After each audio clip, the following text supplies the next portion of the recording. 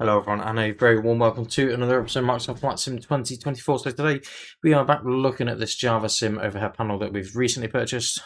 If you've not seen that video, check it out first because it won't make much sense unless you've seen the first part of the video. So the other day we explained that we didn't know how our custom buttons work. So there's two custom buttons. There's one here, the elect pump and isolation valve that we have set. So these are fully customizable and you get to choose them upon ordering. So what you need to do to set them, if I'm honest, there's a few ways you can do it. There's two ways that I've identified that you can do it. There probably is other ways as well. So one is to use the Moby Flight application and find the LVAR through there, which is like the sim variable. And the other option is to go into the Fenix settings. So what we're going to do is show you both. However, I found the Moby Flight option much easier to find, if I'm honest. Obviously, there isn't any documentation provided by JavaSimulator currently how to deal with this, and I understand they are in the process of making this process easier, so hopefully the time your product comes, it may be a little bit easier than it is currently. But either way, at the moment, I'm going to show you how the current way is of setting these. Just a little disclaimer, so this only works in the Fenix A320. This is the only thing this video is looking at, is the Fenix A320. And also, we're using JS Connect version 4.4.1, which you can see here, which I've now lost. So once you're connected, and you should be fairly familiar with this, if you haven't got these green lights, you need to head back to our previous video, and hopefully you'll be able to work it out from there. So you can see it's identified, it's in the Fenix profile, and the overhead panel is the only thing that we own from JavaSimulator at the moment. So what we want to do is click on the overhead panel option. So once you click on that, it'll bring up this option here. So this will be the set integral lighting that you can see there. We'll just turn that off for the moment. All right, that's it. And then we can turn all the lights on and stuff. So these are your input commands and output commands on that side, which I think we briefly showed you in the other video. However, down the bottom here, you've got your custom button 1, custom button 2. And these are the actual commands that provide the information. So let's just quickly show you. So if we press elect pump, it will pop on. If not, it will come off. Same with the isolation valve, it will come on, it will come off. It is a little bit on the tricky side sometimes. Sometimes it works first time, sometimes it doesn't. I'm sort of in discussions with JavaSimulator with that, but the button presses actually do work, which is the most important thing.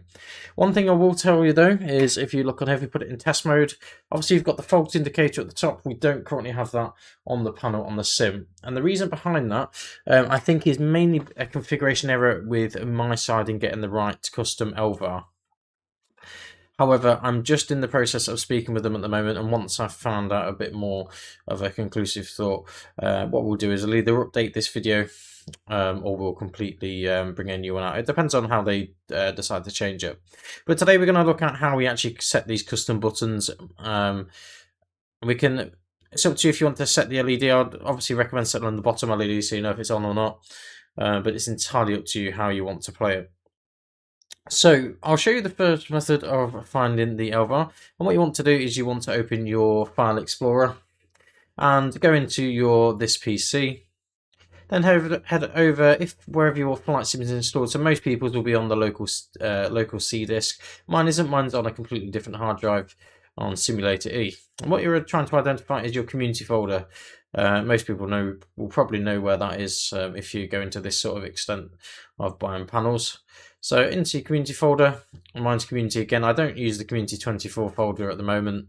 And as we go further down, you're in your community. These are all different add-ons. And we're looking for Fenix Aircraft A320, which hopefully you can see here. Just trying to make it a little bit bigger for you guys. Yeah, Fenix A320. Double click into there, and then let's head over to Sim Objects, Airplanes, Fenix 320X, Attachments, Fenix, and then you'll be presented with a big long list of different things. So what you're actually looking for is part interior cockpit, and it's the only option on there. It's just identifying it, which is on here. So yeah, this is what you're looking for, part interior cockpit. Double click on this, and then you want to head over to the model option, and then you're looking for the option there, cockpit behaviors. So if we just click into the cockpit behaviors option, it's going to bring you up with an XML file. And the easiest way for me to sort of display this to you, so let's just try and make this a little bit on the smaller side, but so you can still see. So this has got virtually every single command for every panel and switch in the cockpit. What I would suggest you do is work out what you want to set it to. So for example, we're looking at the yellow hydraulic pump. So if we type the word yellow in, there's not many yellow items on the hydraulics, and to be honest, it's the first thing that comes up, and it says it's a momentary button, hydraulic elect pump yellow button. So that is the actual name of the LVAR, and this is the actual variable name that we need to insert into sim. I tried this, and on some items it worked, some items it didn't work. So what I would suggest, have a go with that. If it works, perfect. If it doesn't work, then don't worry too much. I'll show you the option that I found a lot easier, which was using a piece of software called Moby Flight. So if we head into Moby Flight, I'll just bring that across so you guys can see. So Moby Flight is a piece of software which runs externally to Flight Sim. I used to use it all the time with my throttle and for all the landing light configurations, but obviously now I've got the overhead, I don't really need it so much. So you have two options on here. You have the output config and input config. So your input is the same as what it is on the overhead panel. It's what things you press. The outputs are the LEDs that you see. So let's look at inputs first, and let's click on the three dots here. What you want to do is just select a random device. It doesn't matter because we're not actually going to set anything. Head over to the action type, Microsoft Flight Sim, or just Microsoft Flight Simulator in fact. Head over to the vendor, which you're looking for, Fenix Sim, and then just hit the search box. And we're looking for yellow hydraulic pump. So if we just type the word yellow in, there's only three options there, and we're looking for yellow hydraulic pump press. And there is a couple of other options as well. If we click on that, then you have an option here for preset code or show preset code, and this is your LVAR. That's exactly what you need to pop into your simulator, and that is what we've got popped into this custom button one option here. Let's go and have a now look at the LEDs. Like I say, the default LED I've not managed to get working yet, and that could be a me issue. It may not be a me issue. I'm in the process of just having a chinwag with JavaSim about that at the moment, and hopefully I'll get some answers for you and then feed that back to you. So the same principle here, Fenix Sim, and we want to head in here and we'll type yellow again. We've still got three options, and it's given us two options. So the yellow disconnects, we don't need to worry about that. And then it says annunciator lower, annunciator upper. So what that's basically saying is you have your upper and lower LED. So the upper generally is fault of some description, and the lower is on in this case.